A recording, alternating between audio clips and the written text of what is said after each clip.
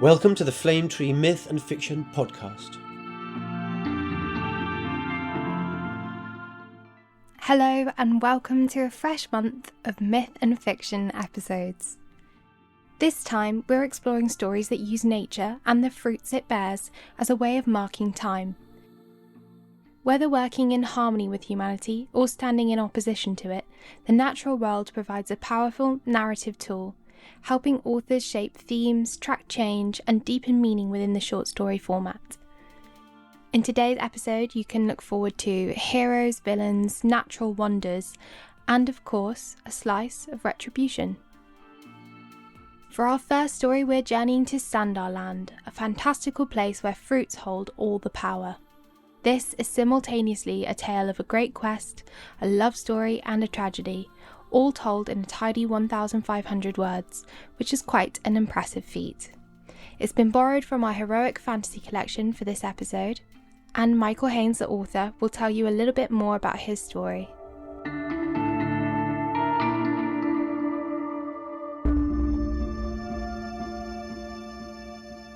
Hi, I'm Michael Haynes, and I'm the author of 5 Fruits I Ate in Sandarland. A little bit about me. I've had over 100 short stories published, mostly fantasy and science fiction. 2 collections of my stories have been released. The most recent is 3 Things Cameron Couldn't Tell You. After about half of a century living in Ohio, I now live in Colorado, and when I'm not writing or doing my day job, you can find me engaged in one of my many hobbies: reading, board games, hiking, running, cooking, travel, the list goes on. As far as 5 Fruits I Ate in Sandarland, it's the story of a young man who has gone to a foreign land in search of a lost love. The scenes of the story are separated by fruits that he eats there, from the bitter apple of the first scene to the starberries of the final scene. Alongside these fruits, he meets an array of people who, in one way or another, help him with his quest. When writing this story, I enjoyed inventing these fruits and giving them their place both in the world of the story and in the main character's experience. The inspiration for the story was a prompt in a weekly writing contest on a sadly no longer existing writers' forum. After over a dozen years, I would have said that I couldn't be totally certain what the specific prompt was. I believed it was the word aubergine, a word which to my North American ears was somewhat unfamiliar. While trying to fact-check this belief, I ended up on Wikipedia, where I was able to definitively say that this was indeed the prompt. Why so definitively? Well, right there it says that aubergines, what I'd call eggplants, and I'm quoting here, were originally domesticated from the wild nightshade species, thorn or bitter apple. The bitter apples of my story are not our world's bitter apples, but that name is what sparked the first scene, and from there the rest of the story flowed on. I hope that you enjoy 5 Fruits I Ate in Sandarland.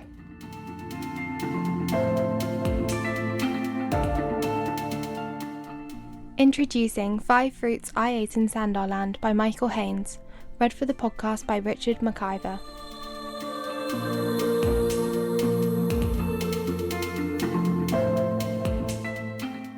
5 Fruits I Ate in Sandarland by Michael Haynes. Bitter apple. The bitter apple is fatal. Only in large quantities, though, and its offensive taste makes it nearly impossible to eat enough of them to kill a man.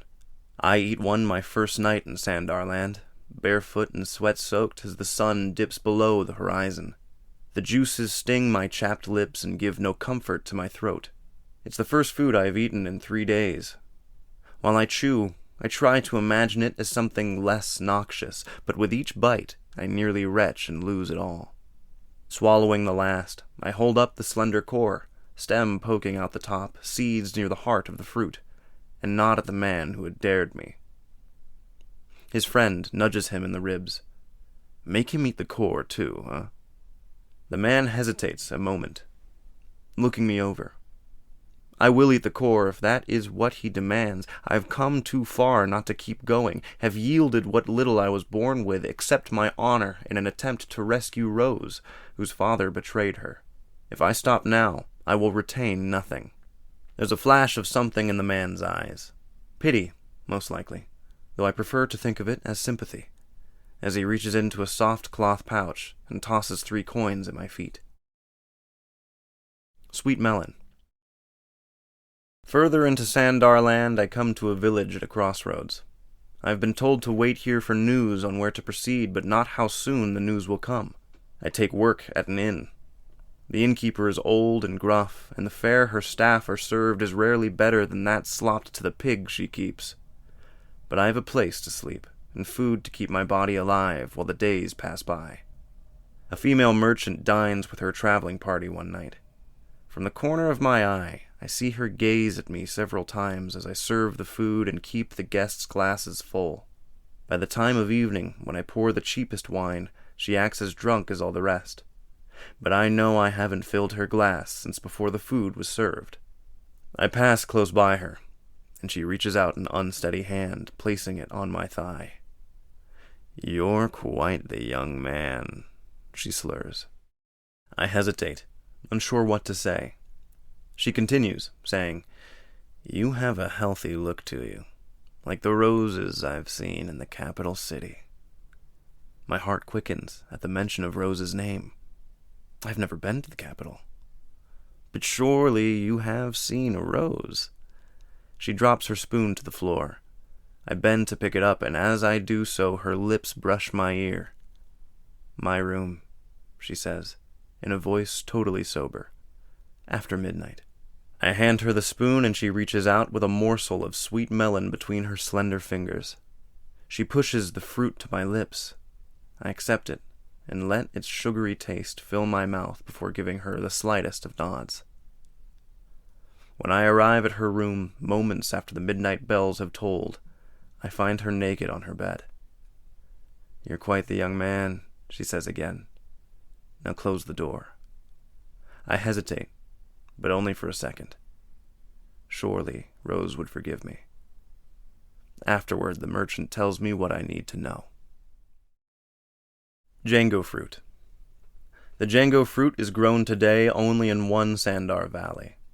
There used to be many orchards when the land was still ruled by the Caglamen, who viewed the fruit as holy, but that was centuries ago. The valley where Django fruit is still grown is home to one of the last communities of unassimilated Caglamen.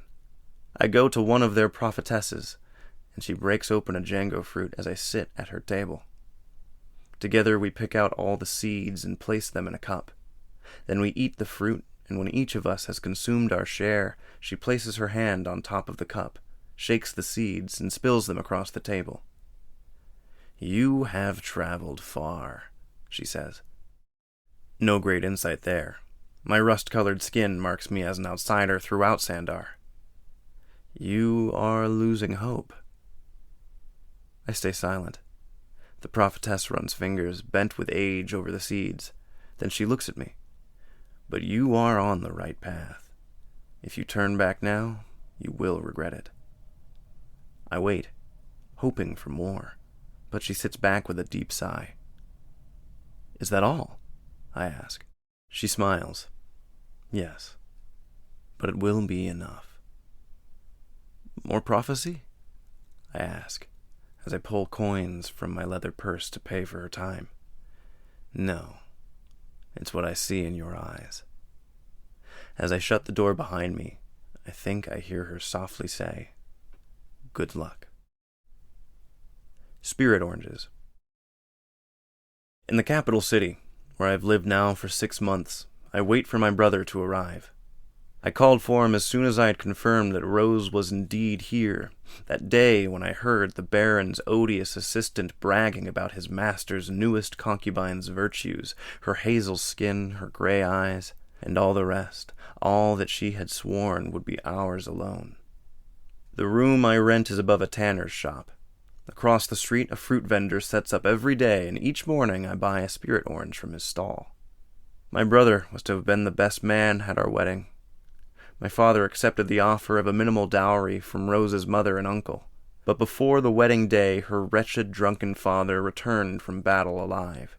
Rather than give even the 2 horses and 20 gold pieces Rose was to bring to our marriage, he spirited her off in the night, and sold her to a man 2 towns over while my father and brother and I were away on a hunt.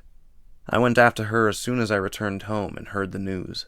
The man in the other town, I found, had sold her to another man who had, in turn, sold her to the Baron. I eat my spirit orange each day and stow the large central seed away in a pouch.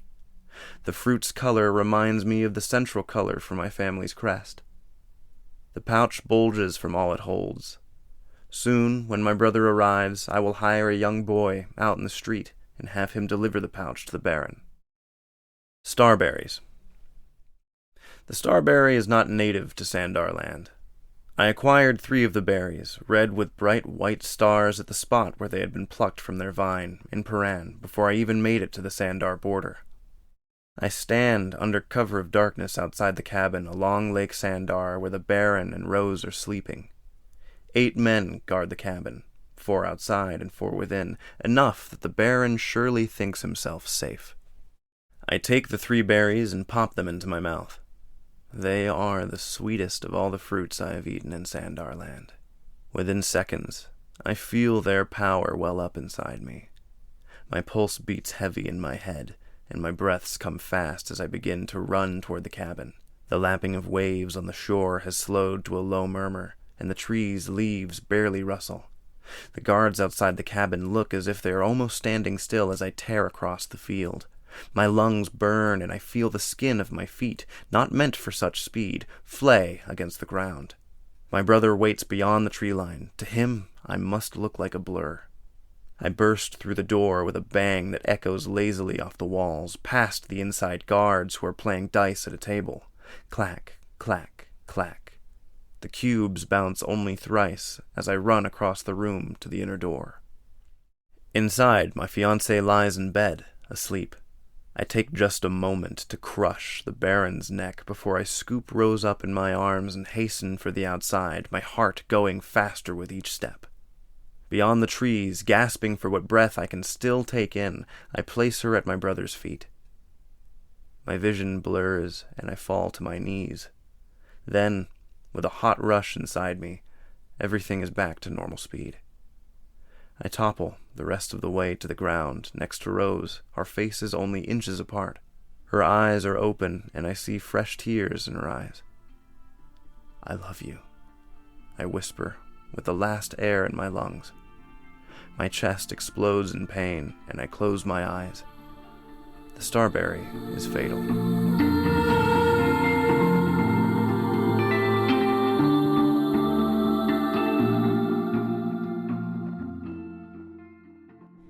I think the best thing about this story is the way that it's structured. The various chapters dictated by exotic fruits take us along a sensory quest with the narrator. Not only does this build drama, but it also makes sure that the ending is really emotional.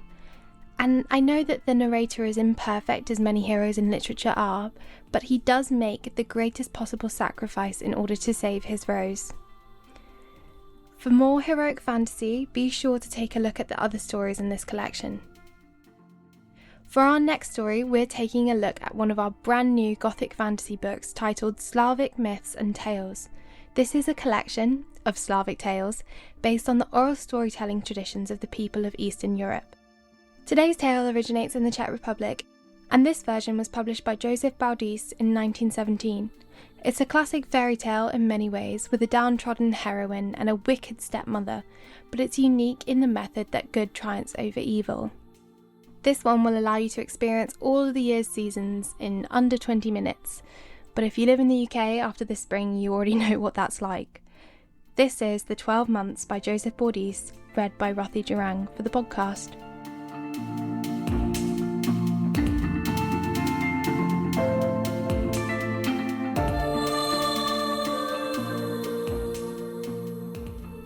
The 12 Months.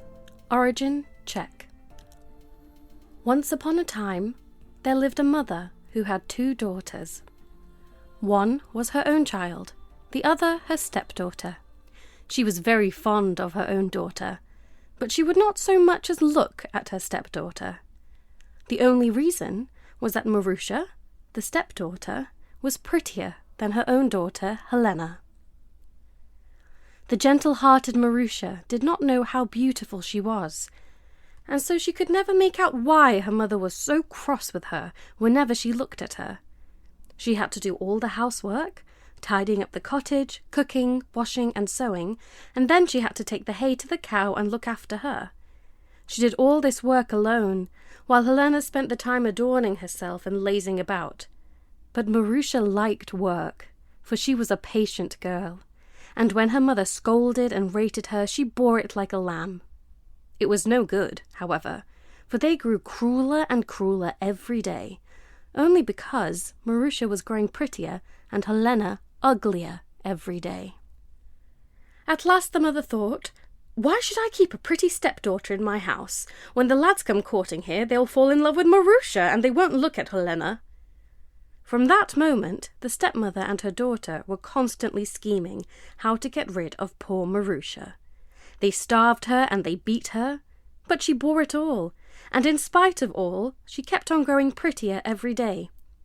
They invented torments that the cruelest of men would never have thought of. One day, it was in the middle of January, Helena felt a longing for the scent of violets. "Go, Marusha, and get me some violets from the forest. I want to wear them at my waist and to smell them," she said to her sister. "Great heavens, sister, what a strange notion! Who ever heard of violets growing under the snow?" said poor Marusha. "You wretched tatterdemalion!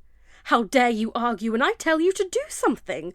Off you go at once, and if you don't bring me violets from the forest, I'll kill you," said Helena threateningly. The stepmother caught hold of Marusha, turned her out of the door, and slammed it after her. She went into the forest, weeping bitterly. The snow lay deep, and there wasn't a human footprint to be seen. Marusha wandered about for a long time, tortured by hunger and trembling with cold. She begged God to take her from the world. At last she saw a light in the distance. She went towards the glow and came at last to the top of a mountain. A big fire was burning there, and round the fire were 12 stones with 12 men sitting on them. 3 of them had snow-white beards, 3 were not so old, and 3 were still younger. The 3 youngest were the handsomest of them all.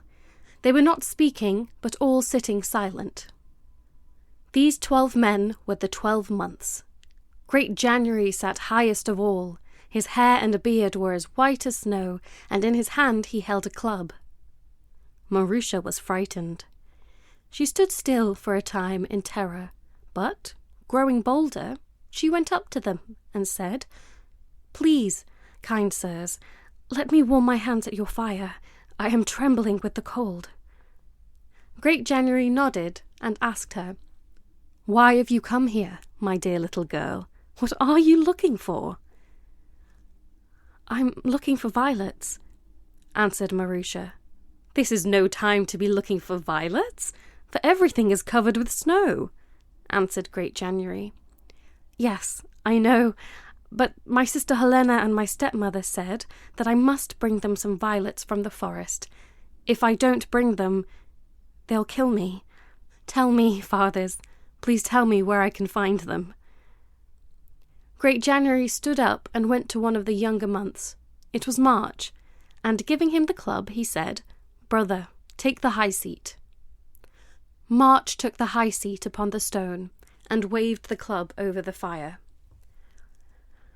The fire blazed up, the snow began to melt, the trees began to bud, and the ground under the young beech trees was at once covered with grass, and the crimson daisy buds began to peep through the grass.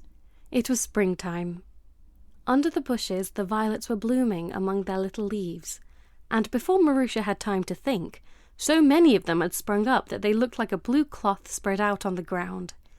"Pick them quickly, Marusha," commanded March. Marusha picked them joyfully till she had a big bunch. Then she thanked the months with all her heart and scampered merrily home. Helena and the stepmother wondered when they saw Marusha bringing the violets. They opened the door to her, and the scent of violets filled all the cottage. "Where did you get them?" asked Helena sulkily. "They are growing under the bushes in a forest on the high mountains." Helena put them in her waistband. She let her mother smell them, but she did not say to her sister, "Smell them." Another day she was lolling near the stove, and now she longed for some strawberries. So she called to her sister and said, "Go, Marusha, and get me some strawberries from the forest." "Alas, dear sister, where could I find any strawberries? Who ever heard of strawberries growing under the snow?" said Marusha. "You wretched little tatterdemalion! How dare you argue when I tell you to do a thing? Go at once and get me the strawberries, or I'll kill you." The stepmother caught hold of Marusha and pushed her out of the door and shut it after her. Marusha went to the forest weeping bitterly. The snow was lying deep, and there wasn't a human footprint to be seen anywhere. She wandered about for a long time, tortured by hunger and trembling with cold. At last she saw the light she had seen the other day. Overjoyed, she went towards it. She came to the great fire with the 12 months sitting round it. "Please, kind sirs, let me warm my hands at the fire. I am trembling with cold." Great January nodded and asked her, "Why have you come again? And what are you looking for here?" "I'm looking for strawberries." "But it is winter now, and strawberries don't grow on the snow," said January. "Yes, I know," said Marusha sadly. "But my sister Helena and my stepmother bade me bring them some strawberries, and if I don't bring them, they will kill me. Tell me, fathers, tell me, please, where I can find them." Great January arose. He went over to the month sitting opposite to him. It was June, and handed the club to him, saying, "Brother, take the high seat." June took the high seat upon the stone and swung the club over the fire. The fire shot up, and its heat melted the snow in a moment. The ground was all green, the trees were covered with leaves, the birds began to sing, and the forest was filled with all kinds of flowers. It was summer. The ground under the bushes was covered with white starlets. The starry blossoms were turning into strawberries every minute. They ripened at once, and before Marusha had time to think, there were so many of them that it looked as though blood had been sprinkled on the ground. "Pick them up at once, Marusha," commanded June. Marusha picked them joyfully till she had filled her apron full. Then she thanked the months with all her heart and scampered merrily home. Helena and the stepmother wondered when they saw Marusha bringing the strawberries. Her apron was full of them. They ran to open the door for her, and the scent of strawberries filled the whole cottage. "Where did you pick them?" asked Helena sulkily. "There are plenty of them growing under the young beech trees in the forest on the high mountains." Helena took the strawberries and went on eating them till she could eat no more. So did the stepmother too. But they didn't say to Marusha, "Here's one for you." When Helena had enjoyed the strawberries, she grew greedy for other dainties, and so, on the third day, she longed for some red apples. "Marusha, go into the forest and get me some red apples," she said to her sister. "Alas, sister dear, how am I to get apples for you in the winter?" protested Marusha. "You wretched little tatterdemalion! How dare you argue when I tell you to do a thing? Go to the forest at once, and if you don't bring me the apples, I will kill you," threatened Helena. The stepmother caught hold of Marusha and pushed her out of the door and shut it after her. Marusha went to the forest, weeping bitterly. The snow was lying deep. There wasn't a human footprint to be seen anywhere. But she didn't wander about this time. She ran straight to the top of the mountain where the big fire was burning. The 12 months were sitting round the fire. Yes, there they certainly were, and Great January was sitting on the high seat. "Please, kind sirs, let me warm my hands at the fire. I am trembling with cold." Great January nodded and asked her, "Why have you come here, and what are you looking for?" "I am looking for red apples. It is winter now, and red apples don't grow in winter," answered January. "Yes, I know," said Marusha sadly, "but my sister and my stepmother too bade me bring them some red apples from the forest. If I don't bring them, they will kill me." "Tell me, father, tell me, please, where I could find them. Great January rose up. He went over to one of the older months. It was September. He handed the club to him and said, "Brother, take the high seat." Month September took the high seat upon the stone and swung the club over the fire. The fire began to burn with a red flame. The snow began to melt. But the trees were not covered with leaves. The leaves were wavering down one after the other, and the cold wind was driving them to and fro over the yellowing ground. This time, Marusha did not see so many flowers.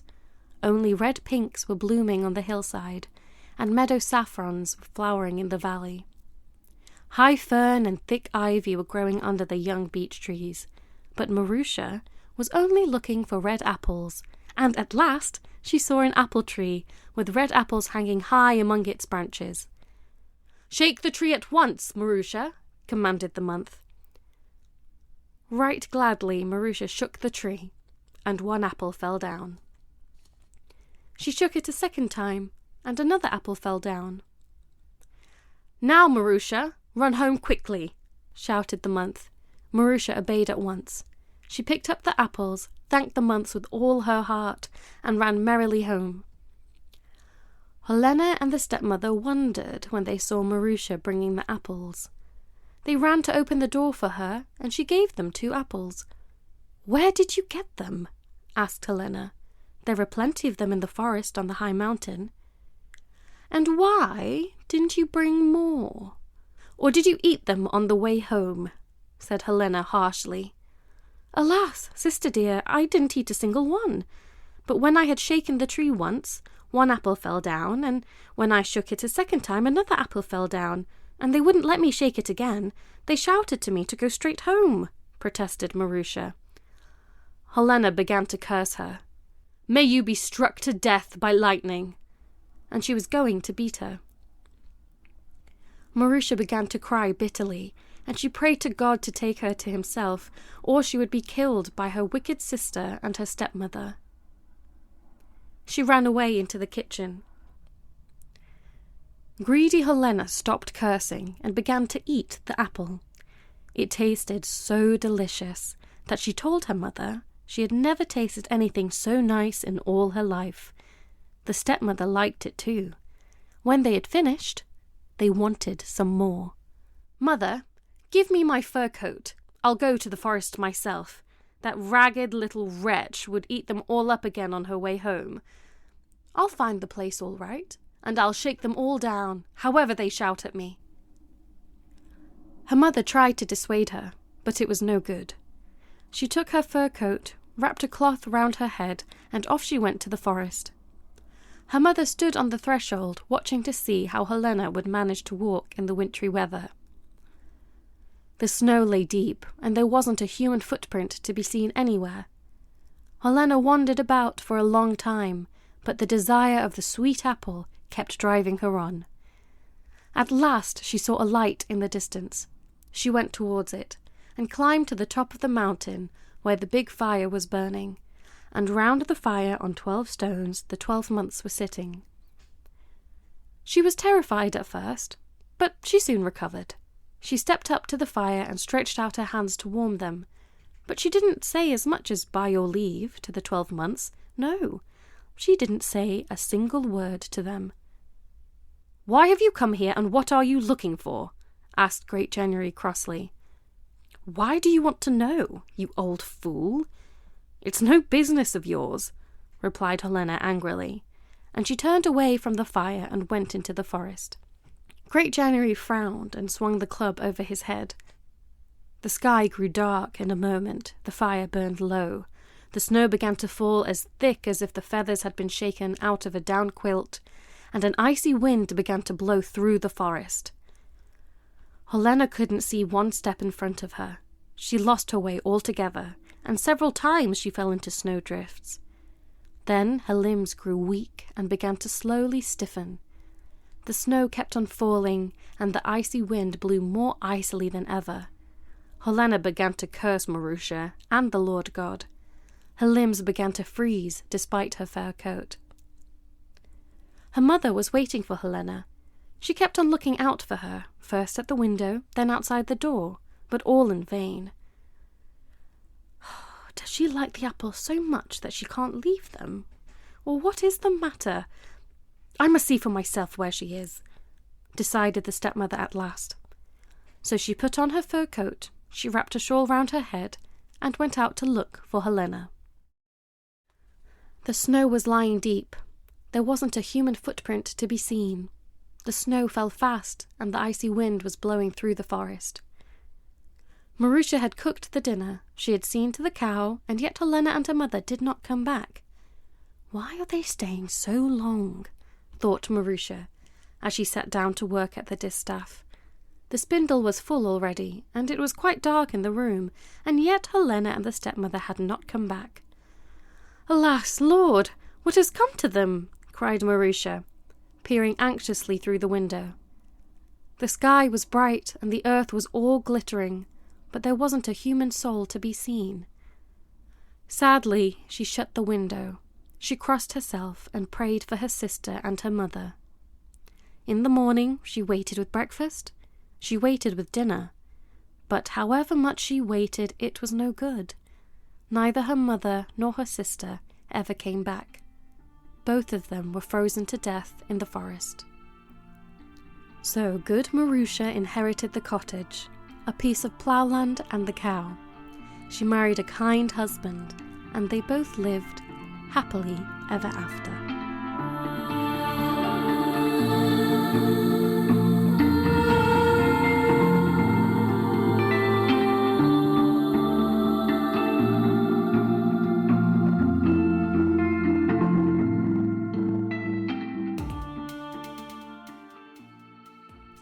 Ultimately, a story about how far being polite gets you. If Helena had simply asked January to help her sweetly in the manner of her stepsister, the ending could have been very different. I really like the personification of the months of the year. It's the visual of someone sitting on a throne to control the weather.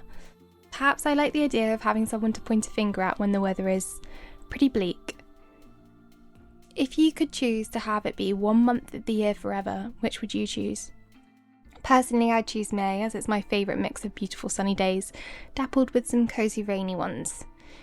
Next week, please join us for an episode that looks at our new Guilty Secrets anthology, created in collaboration with the Crime Writers Association.